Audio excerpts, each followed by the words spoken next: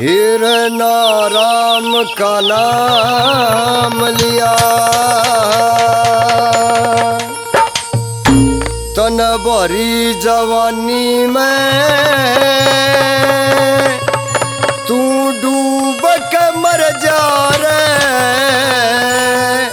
चुल्लू भर पानी में नाराम का नाम लिया,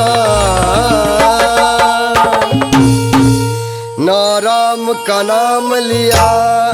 तन भरी जवानी में तू डूब के मर जा रे, चुल्लू भर पानी में नाराम का नाम लिया। तन भरी जवानी में तू डूब के मर जा रे, चुल्लू भर पानी में नाराम का नाम लिया।